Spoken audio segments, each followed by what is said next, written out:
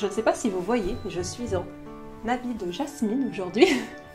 Je suis toute joie. Hello, on se retrouve pour un nouveau vlog lecture. Je trouve que c'est un petit peu plus facile pour moi de proposer des vlogs lecture qui s'étalent sur plusieurs jours que de proposer des updates lecture, tout simplement parce qu'en ce moment je lis beaucoup, mais je ne finis pas grand chose. Donc ça me permet de parler de ce que je suis en train de lire. Ça fait quelques semaines que je n'ai pas filmé. Ça m'a fait du bien de prendre un petit peu de temps, de pas être vraiment focus sur filmer, monter, poster. Je sais que j'ai beaucoup de retard dans les commentaires, mais je les lis tous et j'y répondrai. Je manque un petit peu de temps pour m'organiser. Plutôt je mets du temps dans d'autres choses, la vie quoi. D'ailleurs, je vais bientôt à Disneyland Paris, je suis extrêmement contente de ça. J'espère qu'il fera beau. Mais bon, j'ai pas encore choisi ma date, de toute manière, on verra bien. Je vous emmènerai, je pense, peut-être un petit peu sur Instagram, si ça vous fait plaisir. Je pense qu'il y a quand même certaines personnes qui aiment Disney parmi les gens qui me suivent. En parlant d'emmener, je vous emmène après à Paris, parce que je compte visiter peut-être un ou deux musées. Donc je vais voir si je prends quelques clips. Bref, avec tout ça, je ne parle pas de livres. Que puis-je dire? Je viens de finir deux romans graphiques que j'ai beaucoup aimés. Tout d'abord, il y a Sur la route de West de Tillie Walden, qui est une autrice, dessinatrice de bande dessinée un peu plus jeunesse, il me semble. Je n'avais pas du tout l'intention de la lire, honnêtement, de tomber sur cette bande dessinée. Mais le hasard a bien fait les choses. J'en ai entendu parler la veille du moment où j'ai trouvé cette bande dessinée, j'ai voulu y jeter un coup d'œil et voilà, je me suis plongée dedans du début à la fin, j'ai enchaîné d'une traite, c'était magnifique, c'était merveilleux. De quoi ça parle? C'est une sorte de road trip entre deux jeunes femmes, une de 17-18 ans et une qui s'approche de la trentaine, qui ont toutes les deux un vécu, un passé. Elles viennent de la même ville, se connaissent mais ne sont pour autant pas amies et elles vont se retrouver embarquées dans un road trip avec un chat. Alors dit comme ça, vous allez vous dire, mais qu'est-ce qu'elle raconte? Il faut pas trop en savoir sur cette histoire. Deux jeunes femmes, un road trip, elles doivent ramener un chat qui est un petit peu fantastique, on va dire, chez son propriétaire ou sa propriétaire. Comme tous les road trips, ce qui est intéressant, ce n'est pas forcément la destination, hein, c'est le voyage. On va y découvrir beaucoup de choses, les héroïnes vont découvrir beaucoup de choses sur elles, on souffre énormément pour elles. J'ai beaucoup pleuré, je crois, à la fin. Il y a des moments extrêmement puissants, mais tout en simplicité. Je suis tellement contente que des ouvrages plus ciblés pour les jeunes personnes soient si riches, aussi bien sur la forme que sur le fond. C'est excellent. Je vous le recommande vraiment. En plus, c'est un gros ouvrage, donc vraiment, c'est encore plus de plaisir. C'est vraiment inattendu pour moi. Je sais que c'est une dessinatrice qui est très populaire. Pourtant, je n'avais jamais sauté le pas et je suis très heureuse de l'avoir fait. Oh, qu'il fait chaud. Pourquoi je cuisine aujourd'hui? Oui, parce qu'en même temps que partir au musée, je suis en train de vider un petit peu mon congélo parce que je vais devoir le donner à quelqu'un. Enfin bref, donc je vide tout. Donc je fais plein de plats avec tout ce qui me reste dans mon congélo. Bref, et le deuxième ouvrage que j'ai terminé, alors je suis tombée complètement par hasard dessus. Je sais même pas pourquoi j'ai jeté un œil, mais j'ai adoré. C'est l'adaptation en manga du Capital de Karl Marx qui est publié aux éditions Colo Savoir, je crois. L'idée de cette collection est d'adapter des gros livres, des théories en manga de manière à simplifier un petit peu, de rendre plus abordables certains textes, ce que je trouve extrêmement positif, notamment lorsque ça passe par le dessin, par le manga qui est extrêmement populaire, notamment. Pourquoi je fais que dire notamment? Je suis désolée auprès des jeunes personnes. Ça se lit très vite, c'est très agréable à lire, même au-delà de l'idée qui est sympathique et tout, le fond est bien, c'est bien réalisé, les idées sont bien présentes. Je suis pas du tout une spécialiste du Capital, mais personnellement je trouve que c'est vraiment une manière extrêmement intéressante d'aborder un tel ouvrage, un tel travail qui est très lourd, très prenant, très fastidieux aussi. Ensuite, en ce moment, je suis en train de lire une biographie de Balzac. Alors là, vous allez me dire, waouh, plus plombant, tu meurs, mais en vérité, c'est génial. C'est facile à lire, c'est dynamique, c'est drôle, on apprend beaucoup de choses. Je suis vraiment extrêmement convaincue par ce livre. C'est de Titio Lecoq, qui est une journaliste très présente sur Internet. J'avais vu son livre passer il y a quelques temps et là j'ai vraiment eu envie de me jeter dessus parce que j'ai envie de de redécouvrir Balzac et elle m'en donne terriblement envie. Le livre est sous forme de peut-être une dizaine de chapitres, donc je lis pas tout d'une traite, je lis un chapitre de temps en temps. Ils font peut-être une 20-25 pages chacun, donc c'est assez court, c'est assez rapide à lire, mais en même temps c'est très concentré et c'est rempli d'informations. Moi j'apprends beaucoup de choses sur lui parce que forcément des fois on lit des auteurs et des autrices et on ne connaît pas leur vie, ou on pense les connaître à travers de gros clichés et on découvre en fait à travers certaines biographies, notamment lorsqu'elles sont beaucoup plus récentes, parce qu'il y a eu un certain recul, il y a un vrai travail de recherche. Pas que celles d'avant n'avaient pas un travail de recherche, mais elles étaient extrêmement orientées sur certains points, elles se fondaient sur certaines sources bien spécifiques qui donnaient certaines interprétations. Là, je trouve que les interprétations sont assez novatrices. Je lis des choses sur Balzac que je n'avais jamais lues ailleurs et je prends un véritable plaisir à lire. C'est extrêmement différent des biographies auxquelles on s'attend, qui ont l'air un petit peu poussiéreuses, très plan-plan, très chronologiques. En fait, ça reste chronologique, mais on n'a pas l'impression que ça le soit. C'est simple, tout en restant construit et intéressant. J'ai hâte de voir les prochains chapitres, honnêtement. C'est un vrai plaisir de lecture et je n'ai vraiment pas l'impression de lire une biographie très classique. Bien, je pense avoir fait le petit tour de mes lectures du moment. Sur ce, je vais aller cuisiner un petit peu et je vous emmène dans des musées. Je pense aller au Centre Pompidou et à la Sainte-Chapelle. J'ai déjà réservé des billets, mais comme je ne suis pas certaine que ma gratuité passe, on verra en fait.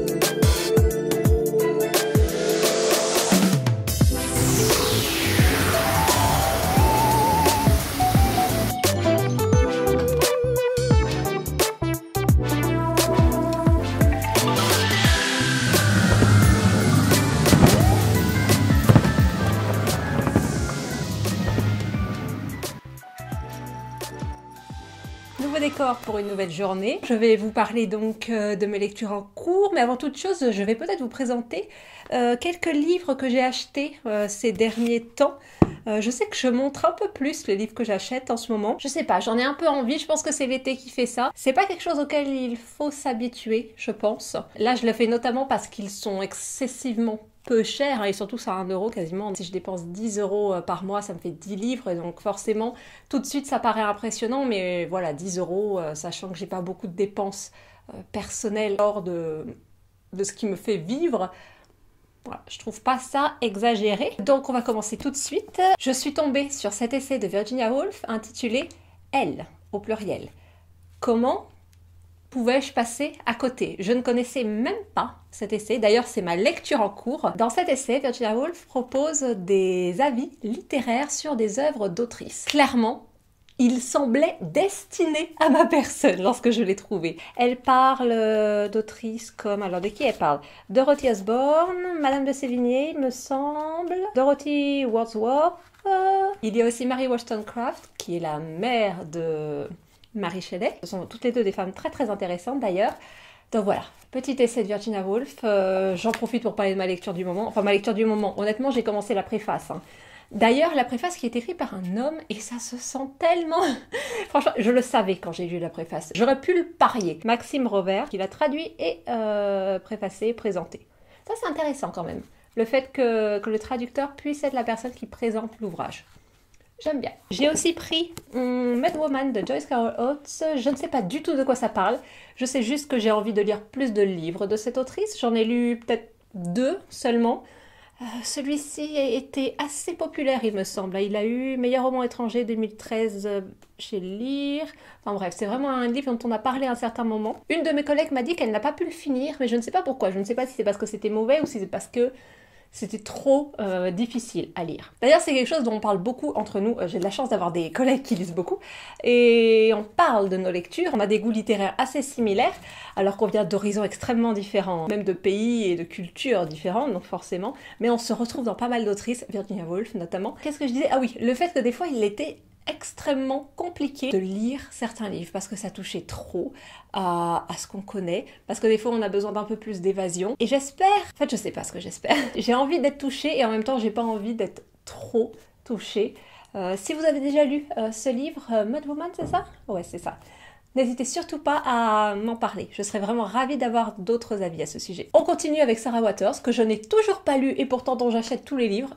Franchement, si je n'aime pas l'autrice, ça va piquer. Là, c'est Caresser le velours. À nouveau, je le répète, elle écrit des romans historiques où elle met en avant des personnages lesbiens, ce que je trouve extrêmement intéressant, ce qui me manque beaucoup.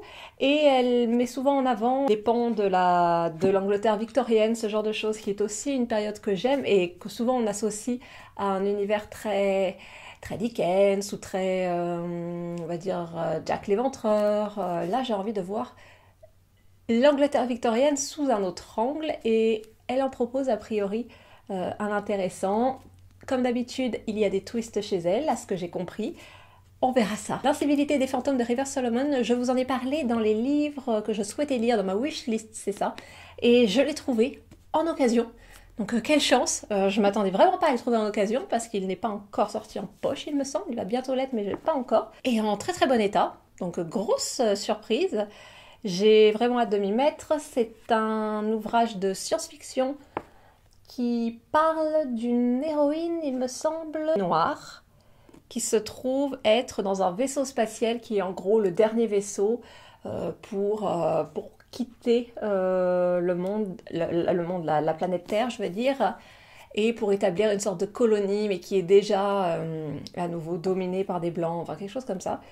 J'explique excessivement mal, je suis navrée, mais en même temps, je ne sais pas de quoi ça parle. Expliquer pourquoi il nous faut envie, ok, mais expliquer de quoi ça parle, plus compliqué. On va dire que c'est la SF afro-féministe, il me semble. Et oui, j'ai enfin trouvé cet ouvrage. Il était chez Gilbert Jeune. J'ai sauté dessus quand je l'ai vu, hein. Mais vraiment. C'est La Voix des Rois, le tome 1 de Brandon Sanderson, les archives de Rochard. Introuvable. Je n'arrivais pas à le trouver en librairie, n'importe où. Je vous ai même dit que j'avais été à la Fnac pour essayer de le trouver, parce que je m'étais dit, bon allez, dernier recours, je vais voir la Fnac. Rien du tout. Et là, tout neuf, chez Gilbert Joseph, alors qu'il n'y était pas à la fois où j'y étais allée avant, hein. Donc j'en ai profité. Je suis ravie. J'ai commencé quelques pages. De toute manière, en ce moment, je commence beaucoup de livres et ils sont tous à un stade plutôt non avancé. C'est dérangeant. Il faut vraiment que je choisisse en fait ce que j'ai envie d'avancer parce qu'en ce moment, tout me fait envie. Et je me retrouve à vouloir tout lire en même temps et forcément j'avance dans rien. C'est l'histoire de ma vie. Et là, petit plaisir, je me suis pris le tome 1 de Millennium de Stieg Larsson, qui est une saga que j'adore. Je parle de la trilogie, bien sûr, je vous ai déjà expliqué que je ne lisais pas les tomes suivants vu qu'ils n'étaient pas écrits par Stieg Larsson et qu'il n'avait pas en fait envie d'écrire une suite, donc de voir que quelqu'un d'autre écrive une suite. Je ne sais pas si c'est clair ce que je raconte. Bref, il était à 1 euro, donc j'ai pris le tome 1. Je les ai déjà lus, comme je l'ai dit il y a longtemps, mais je ne possède pas les tomes, donc je les rachète dès que je les vois. Et en général, dans les bouquineries, ils sont à 1 euro. Je ne sais pas pourquoi. Même chez Boulinier et autres, à Paris, ils sont toujours à 1 euro. Bon, pourtant, ce sont des livres qui se sont très bien vendus. Des fois, on peut s'interroger en se disant c'est bizarre, il y a quand même certains livres qu'on retrouve beaucoup en occasion. Est-ce que ça a un lien avec la qualité et autres? Ça, c'est très bon. Je comprends pas pourquoi ça se retrouve en occasion.